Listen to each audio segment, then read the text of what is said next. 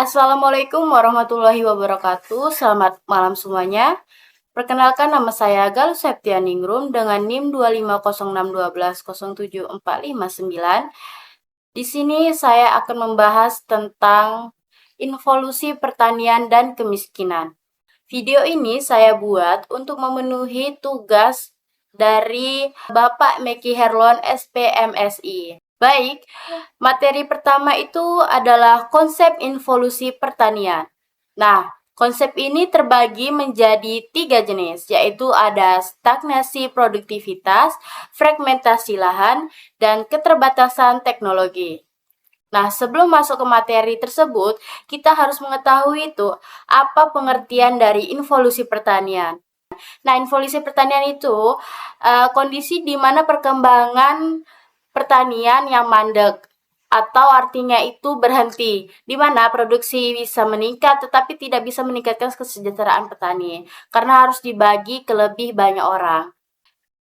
Baik, kita langsung masuk ke poin yang pertama, yaitu stagnasi produktivitas.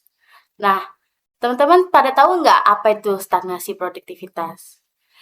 Nah, jadi stagnasi produktivitas itu adalah kondisi ketika hasil produksi tidak meningkat atau sangat lambat karena kurangnya inovasi, seperti teknologi yang masih sederhana dan pengelolaan yang kurang efisien. Nah, hal ini tuh menyebabkan daya saing tuh menurun dan pendapatan tidak berkembang.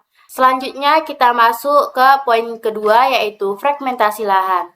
Fragmentasi lahan adalah proses pembagian atau pemecahan sebidang lahan besar menjadi petak-petak yang lebih kecil.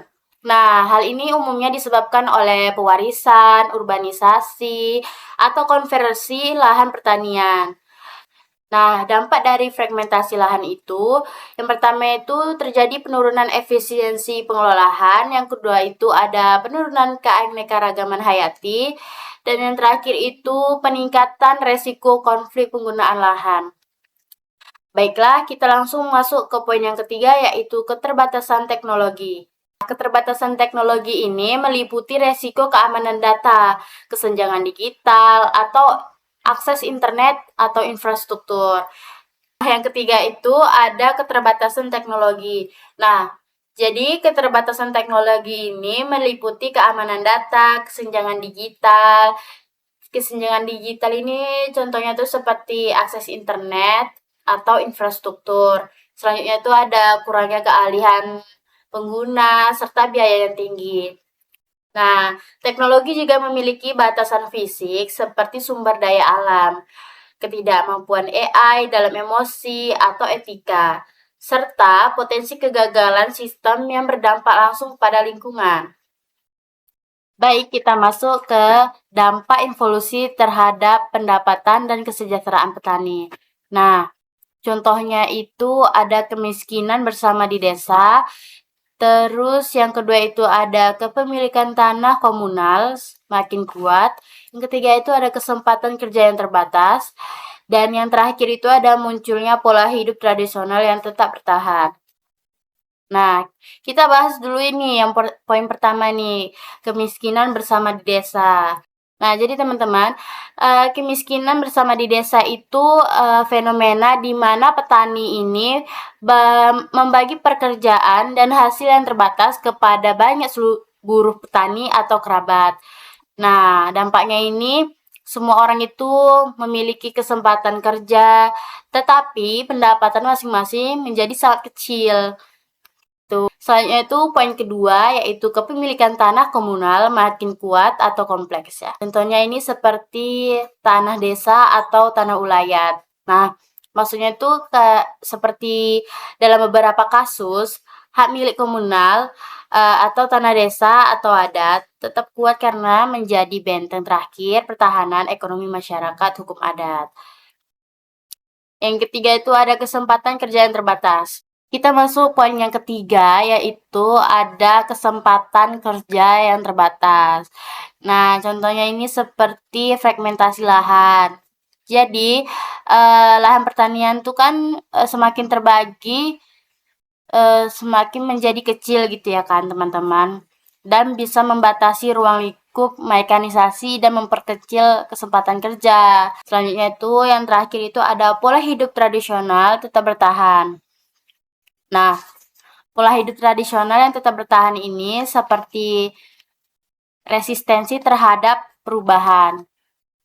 Resistensi terhadap perubahan ini terjadi karena lambatnya transformasi ekonomi, pola hidup agraris, dan nilai-nilai tradisional, seperti gotong royong yang dipaksakan tetapi tetap bertahan. Baik, kita masuk ke materi selanjutnya yaitu faktor sosial, ekonomi, dan kebijakan yang memperparah kemiskinan perdesaan. Nah, poin yang pertama itu ada faktor sosial. Nah, faktor sosial ini ketergantungan pada sektor pertanian di mana banyak masyarakat desa yang beranggapan pertanian itu adalah salah satu sumber penghasilan. Lalu dapat ketergantungan pada pemerintahan, di mana masyarakat masih bergantung pada program bantuan dari pemerintah. Nah, selanjutnya itu ada faktor ekonomi. Ekonomi ini terbatasnya lapangan kerja di pertanian, sehingga pendapatan di desa yang relatif rendah, dan adanya keterbatasan akses terhadap modal pendidikan. Selanjutnya itu ada faktor kebijakan. Faktor kebijakan ini di mana keterbatasan teknologi meliputi resiko keamanan data, kesenjangan digital seperti akses internet atau infrastruktur, dan kurangnya keahlian pengguna, serta biaya yang tinggi. Nah, teknologi ini juga memiliki batasan fisik, seperti sumber daya alam, ketidakmampuan AI dalam emosi atau etika, serta potensi kegagalan sistem yang berdampak kepada lingkungan. Baik, teman-teman, kita masuk ke materi yang selanjutnya, yaitu strategi intervensi. Nah, strategi intervensi ini dibagi menjadi 3, yaitu yang pertama itu ada verifikasi usaha, akses pasar, dan modernisasi pertanian. Nah, kita masuk pada poin yang pertama yaitu diverifikasi usaha. Diverifikasi usaha ini adalah peluasan yang dilakukan oleh suatu usaha baik dari sisi opsional maupun produksi. Selanjutnya itu ada akses pasar. Akses pasar adalah kemampuan perusahaan untuk menjual barang atau jasa lintas batas. Akses pasar ini biasanya tuh merujuk pada perdagangan domestik maupun internasional. Nah, poin yang terakhir itu ada modernisasi pertanian. Nah, modernisasi pertanian ini merupakan peningkatan produksi dan produktivitas mutu hasil pertanian serta pendataan hasil petani. Oke teman-teman, selesai sudah materi yang kita bahas. Selanjutnya itu kesimpulan dari materi ini adalah evolusi pertanian merupakan kondisi perkembangan pertanian di mana produksi bisa meningkat tetapi tidak meningkatkan kesejahteraan petani. Nah, evolusi pertanian ini terjadi ketika peningkatan produksi tidak diikuti dengan peningkatan kesejahteraan petani. Kondisi tersebut dipengaruhi oleh stagnasi produktivitas, fragmentasi lahan, dan keterbatasan teknologi. Dampaknya terjadi kemiskinan yang merata di desa. Oke teman-teman, sekian pemaparan materi dari saya. Jika ada yang kurang dan salah, saya mohon maaf. Saya akhiri, wabillahi taufik wal hidayah. Wassalamualaikum warahmatullahi wabarakatuh.